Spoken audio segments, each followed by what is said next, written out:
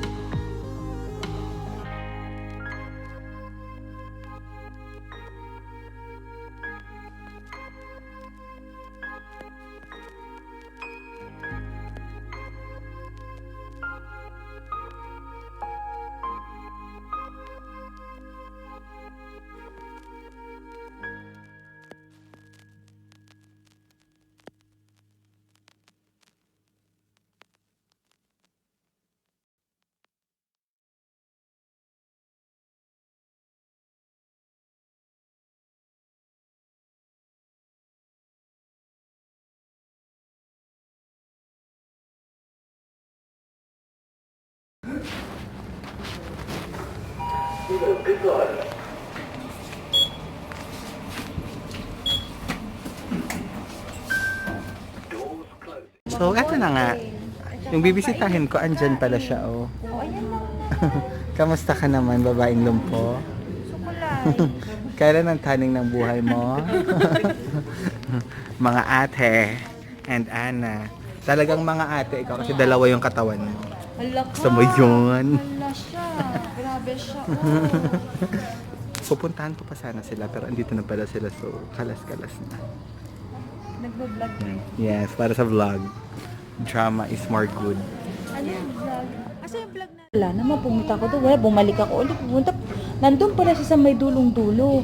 Tapos sabi niya, ang taon nito, wala na daw nga siya makita. Sabi ko, wala kang makita, ganun ka ng ganun. Nahilo ka?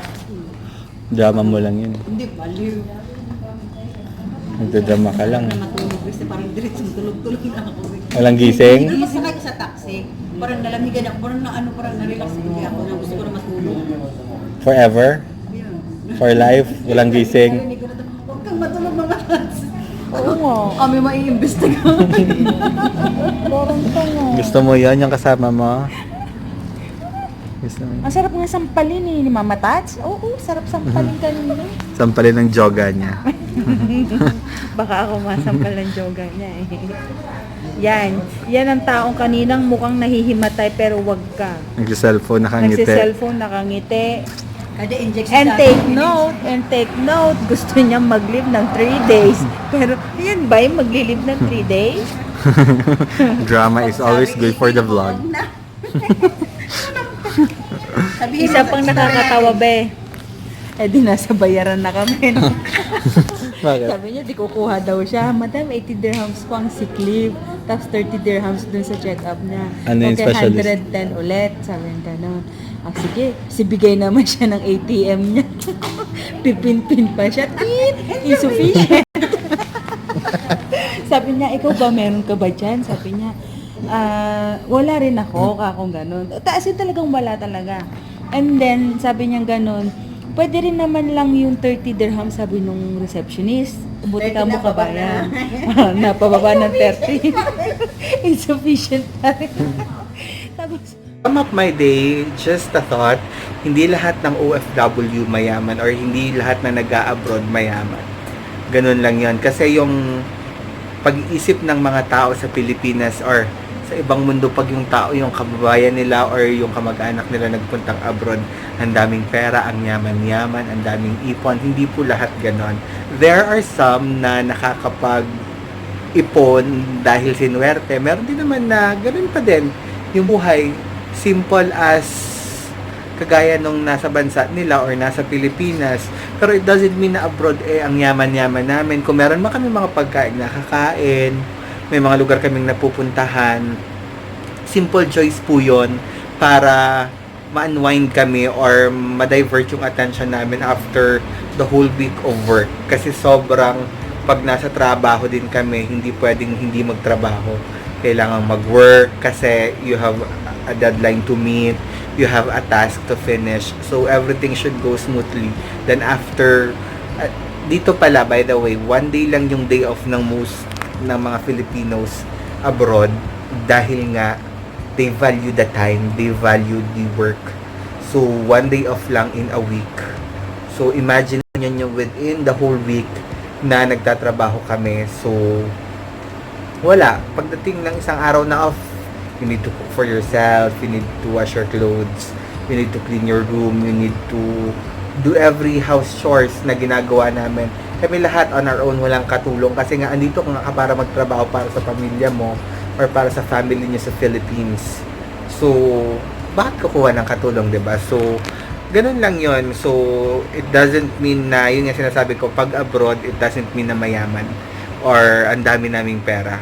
We're earning it and we are striving para mapabuti yung buhay. Pero there are some instances lang talaga na dadaan ka sa proseso ng ang hirap, nakakapagod, nakakabagot, may saya, may tuwa. Pero to sum up everything, life here and in the Philippines pareho lang. Walang pinagkaiba. Medyo mahirap lang ng konti dito kasi malayo kami sa family namin. So, yun. Just a thought. Ang haba ng thought ko ngayong araw.